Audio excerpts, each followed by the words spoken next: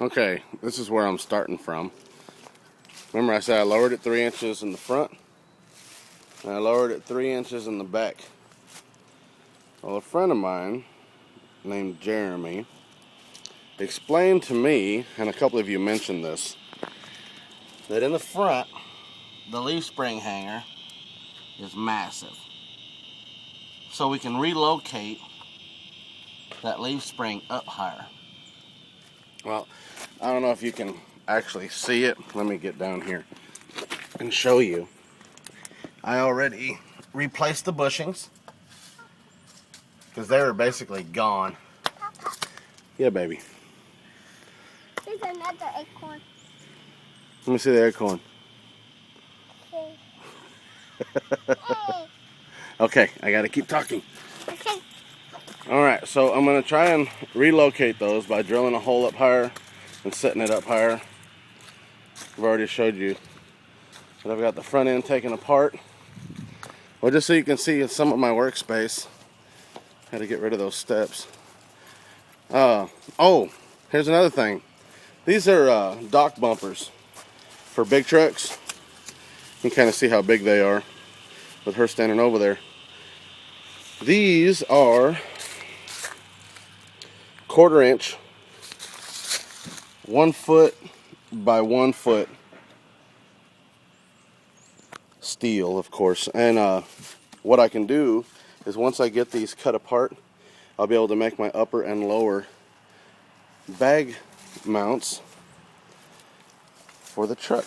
So I scored those. Those were free. If we divide them up, you can make 1, 2, 3, 4, 5, 6, 7, 8, 9, 10, 11, 12 1 foot by 1 foot squares.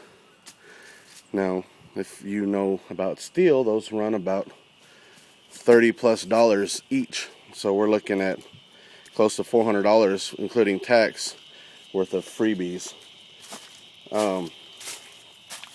This is going to be my new front bumper, which it's not quite 1/4. I think it's 1/8 inch steel. It's a 2x4, and I'll end up cutting that to length and fitting it in for the front bumper up there. You guys remember my old compressor? Yeah. I may end up using that to begin with when I build this one. Okay, so here I got the bolt taken out of the front leaf spring. And what I did was I measured from here to here, from center to the outside, which is 1 inch. That way I can go up here and I can measure as far up as possible, down 1 inch, and in 1 inch to center. So then that way the new leaf spring hanger will be up that high, which will also put it up even with the bottom of the frame.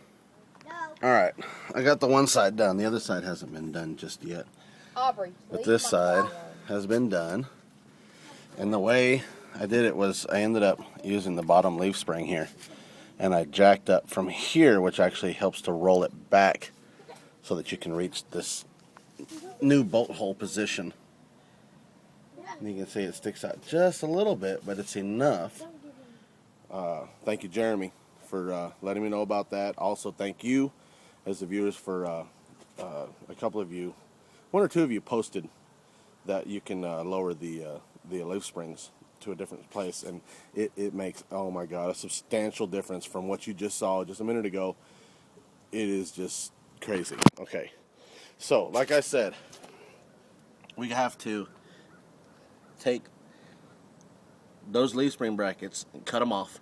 That way we don't hang up on anything. You can see how low it sits now. And if I come back, you'll see a huge difference in where it sits.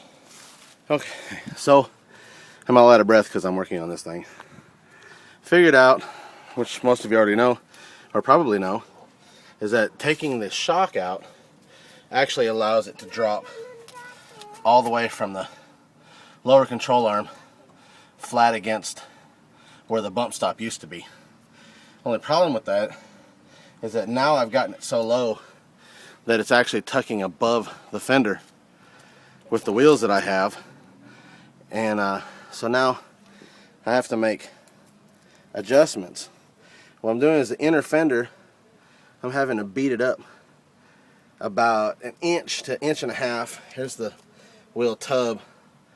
I'm actually bending that up so you can see there's the side of the truck and then the fender well. And then from the other side, having to beat the other side up just as far as I can. I don't want to cut it just yet until I actually get the 20s in. I don't even know if they're gonna. I might have to put the bump stop back in and bring it back up a little bit. So, all right, that's what I'm doing right now.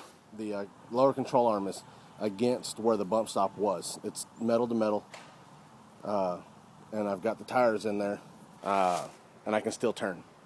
That's probably the greatest part about this is I can still turn. I can still make it around all the turns. It rubs just a little bit on the turns.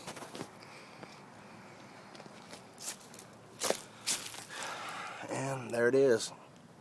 It's a 14-inch rim. I believe it's at about, I think it's 24, 27 inches is how tall the tire is. So with it tucking like that, I can still turn. Here it is from far away.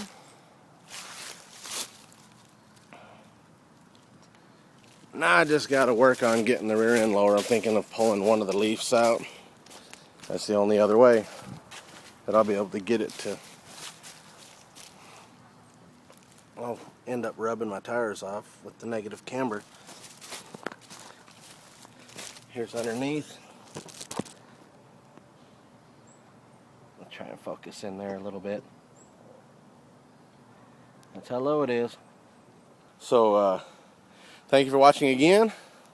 This is the next update, another 3 inches lower. Subscribe, leave your comments down there, and thank you for watching.